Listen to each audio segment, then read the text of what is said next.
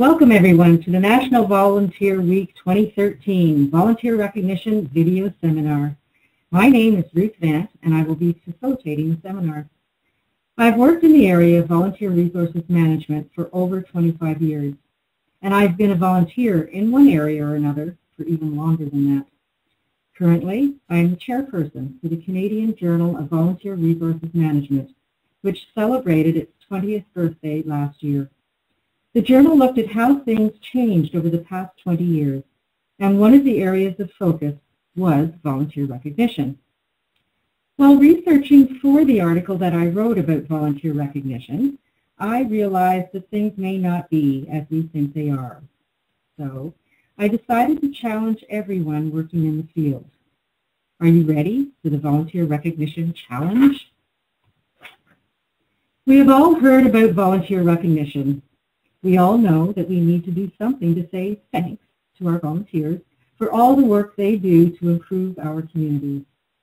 We all know that recognition should be an integral part of every recruitment and retention strategy. But recognition should not just be an end product. It should be present in every aspect of the volunteer experience, from determining volunteer roles and building relationships with individual volunteers, to showing respect for their efforts by providing feedback, praise, thanks, and celebration. I was introduced to volunteering as a child. My parents were avid volunteers and encouraged the same direction in their children.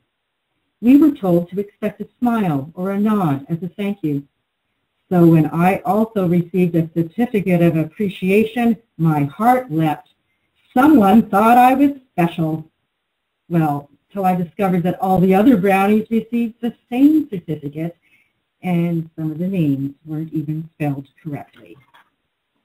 But as we know, over the years, the certificate of appreciation flourished.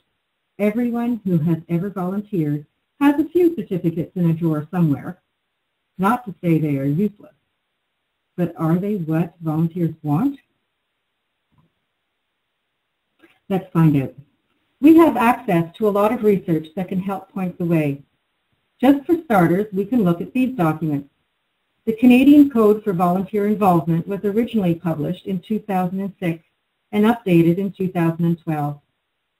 There has also been a series of surveys, begun as the National Survey of Giving, Volunteering and Participating, carried out in 2000, and followed by the Canada Survey of Giving, Volunteering and Participating, carried out in 2004, 2007, and 2010. Bridging the Gap, published by Volunteer Canada in 2010, offers insights to bridge the gap that exists between what volunteers are looking for and what organizations offer them. And Canada Social Trends is a 2012 Statistics Canada document that looks at the trends emerging from the series of surveys. So what does all this research tell us about volunteer recognition? The Canadian Code for Volunteer Involvement, or the Code for short, was developed to help guide organizations as they created strategies to integrate volunteers into their work. 13 standards are outlined and are accompanied by checklists. Standard 13 is on recognition and has a checklist with 5 boxes to tick. 1. The value and impact of volunteer contributions are understood and acknowledged and communicated to the volunteer. 2. Senior management acknowledges the involvement and impact of volunteers. 3. Formal methods of recognition are delivered consistently. 4. Informal methods of recognition are delivered in a timely and appropriate manner. 5. Recognition is appropriate to the volunteer role and respects cultural values and perspectives. This is really good direction. How does your checklist look? The document, Bridging the Gap, identified several disparities between what organizations offer and what today's volunteers are looking for in their volunteer experience. We learned that we need to look closer than just what motivates our volunteers. We need to take it a step further and discover where the volunteer is in their life cycle, both within their volunteer life and in their personal and professional lives. Organizations need to be aware that today's volunteers are more goal-oriented, more autonomous, more tech-savvy, and more mobile than they were a few years ago. Today's volunteers have individual preferences and motivations. They need to be seen as unique. Many volunteers today want to spend time volunteering with lots of other people in groups. And many people are looking for short-term opportunities for their volunteer experience.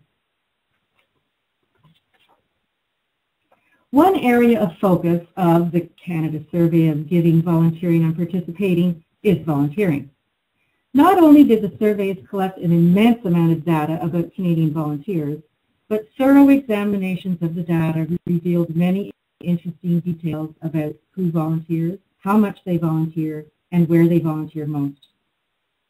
Since surveys have been carried out a number of times over the past decade, statisticians have also been able to identify some trends. Of particular interest for a discussion about recognition is the data about why people volunteer and what keeps them from volunteering.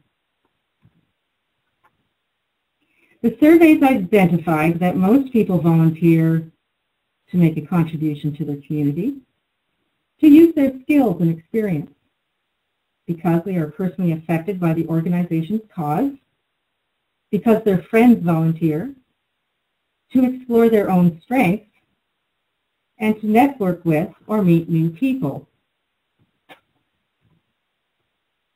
The surveys uncovered that the main barriers to volunteering were lack of time, inability to make a long-term commitment, a preference to give money instead of time, and because no one asked them. The Canadian Journal of Volunteer Resources Management is a culmination of themed articles by people from across the country working with volunteers. For its 20th anniversary issue, an exploration was made about back then and now. 20 years ago, the messages about volunteer recognition were clear. People were encouraged to take a look at their recognition strategies and scrutinize them. A main focus was to find out what motivates each individual volunteer and to act on those insights. 20 years later, certainly people have made great strides in creative ways to say thank you to their volunteers. Gone are the days of just holding banquets and handing out pins and certificates. The main message today is that we need to do more than find out what motivates people to volunteer. We should develop meaningful relationships with each individual and determine where they are in their life cycle, their volunteer, personal, and professional life cycle. What are their life circumstances? For example, are they new to the workforce? Do they have young children? Are they recently retired? Most importantly, what are their priorities and interests? And have those priorities and interests changed over time? We all know that to best recognize the efforts of our volunteers, we must find out what motivates them and then match our recognition strategies to that. That is what the research has been telling us. Sounds simple, doesn't it? But how do we do that? First, discover who your volunteer really is. Then, ask yourself some questions. What would you do to recognize the efforts of your volunteers if they want to meet new people? If they want to offer their skills or talents? What about if they want to learn new skills? How would you recognize your volunteers if they want to advocate, to have a platform to speak out on a cause dear to them and to their organization? What if they want to raise money for your organization? What about the volunteers who feel trinkets are useless, who have no drawer space left for certificates, who love arranging parties so they can go dancing? Remember that recognition isn't just saying thank you. It's also about respecting the person as an individual and providing the right opportunities for them. Let your imaginations loose. Brainstorm. Include your volunteers to get some honest feedback and some potentially great ideas. Case study number 1. As a young man, Eric loved spending time with his grandparents. So when his grandmother moved into a retirement residence, it was natural for him to spend time there with her. Several years later, she passed away. But Eric had become very popular with the residents and decided to formalize his relationship and continue his weekly visits as a volunteer. The staff were very pleased with Eric's volunteer contributions. When it came time for the annual volunteer thank you tea, he was presented with a certificate, a mug, and a gift certificate for a local fast food chain. He politely accepted the gifts and returned to his seat to chat animatedly with the elderly woman beside him. An observant staff member noticed Eric's less than enthusiastic acceptance of their recognition efforts and sought out something different. It was obvious that Eric volunteered there because he loved to spend time with the elderly residents. So at the next volunteer recognition tea, he was delighted when he was presented with a collage that the residents, encouraged by staff, had created to say thanks. The recognition matched the motivation.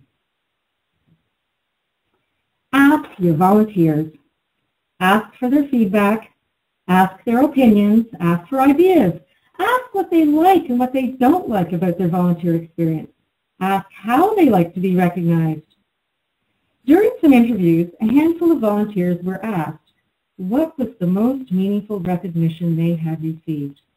Topping the list were personal thanks, a sense of pride in their work, and continued support and training from their organization. One woman who had given over 50 years of volunteer service said, "You can never personally thank volunteers enough." Case study number 2. Catherine is a young mother who has been volunteering for various different organizations since she was a girl. She knows her strengths and likes to use her skills to help in whatever volunteer role she has taken on. Years ago, she was volunteering with her dog in a therapy dog program. When she was there, her preferred form of recognition was a personal thank you and acknowledgement of her skills. She also liked the social get-togethers that were held annually for volunteers. She attended all of them. But that was before Catherine was a mother and began volunteering in her children's activities. She has moved in her life cycle, and her motivations have also changed. In a recent volunteer position as a coach in her children's soccer league, she was asked what was important for her and how she would like to be recognized for her contributions. Catherine indicated that she loves the social aspects of soccer and that she would also like to have more training specific to her role as a soccer coach. So that's exactly what the organizers provided to her. She loved the experience, learned lots, and came back for more. And she still likes to attend the social get-togethers. Perceptive organizers knew that Catherine had moved into a different stage of volunteering and may have different recognition needs as a result. And they realized that the best way to determine them was to ask her. Case study number 3. Jose's husband spent 2 afternoons a week at an exercise class for people with Parkinson's. The local Parkinson's organization sponsored the class as well as many other programs, and Jose always accompanied her husband to their seminars and social gatherings. Staff approached Jose and asked if she might be interested in joining their board, and she readily agreed. It soon became apparent that Jose was a born advocate for her husband, with doctors and with the nursing home where he eventually lived. Perceptive staff saw an opportunity both for Jose and for the organization, a connection with other Parkinson's groups to advocate provincially for people living with Parkinson's. At first, Jose was a bit reluctant, having no formal experience, but after her first taste, she was very keen. José viewed this opportunity as the best recognition of her needs and hidden talents. Her self-confidence was boosted, and she went on to become an advocate at the national level as well. All because a staff member made the effort to get to know José, noticed the spark, and asked her a few questions. So, what have we learned? In a nutshell, 1. Find out what motivates your volunteers. 2. Build meaningful, ongoing relationships with your volunteers. 3. Determine where in their life cycle your volunteer is. Remember that this will change and their motivations may change with it. 4. Be organized and specific in what you require, but be flexible to accommodate your volunteers' needs as well. 5. Respect your volunteers. Respect them as unique individuals. 6. Ensure you include both ongoing formal and appropriate informal types of recognition. 7. Create policies to ensure consistency. This will also help to instill respect for your volunteers. 8. Above all, remember that you can't say thank you too many times, but make sure it's sincere. Fast forward to the present. So now we're in 2013. We have seen that volunteer recognition has changed. At least the concepts of how to determine and deliver volunteer recognition have changed. And these changes happened with the diligent work of researchers, statisticians, writers, and reviewers. And they happened with the enormous input of volunteers and people working with volunteers from across the country. But how much has the actual recognition of our volunteers changed? Are we still printing the same volunteer appreciation certificates? And are we still handing them out to everyone so that their importance is diminished? And are we still spelling some people's names incorrectly?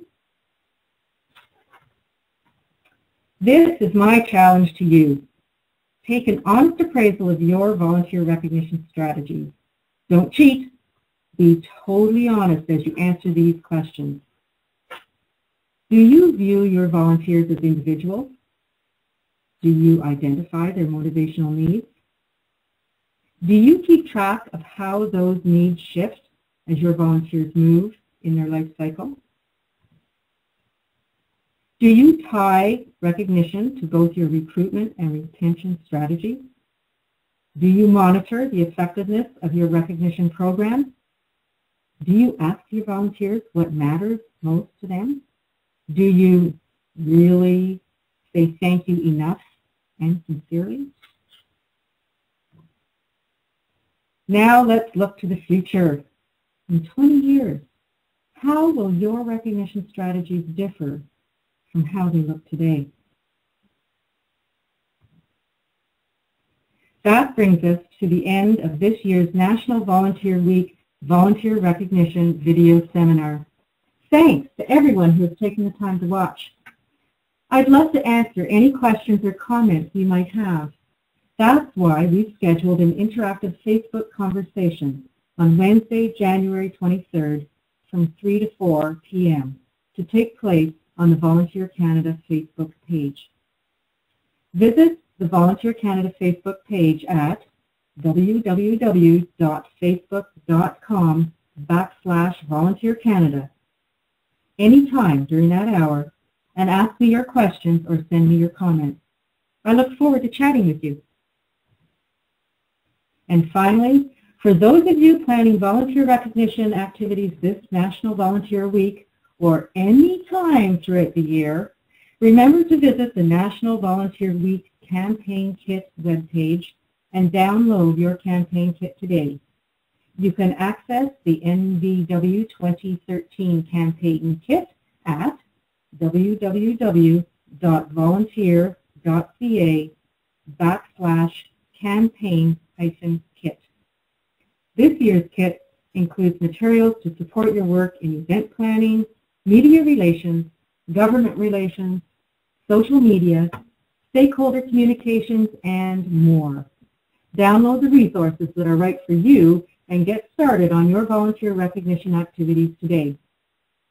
Thanks again, everyone, and happy National Volunteer Week 2013.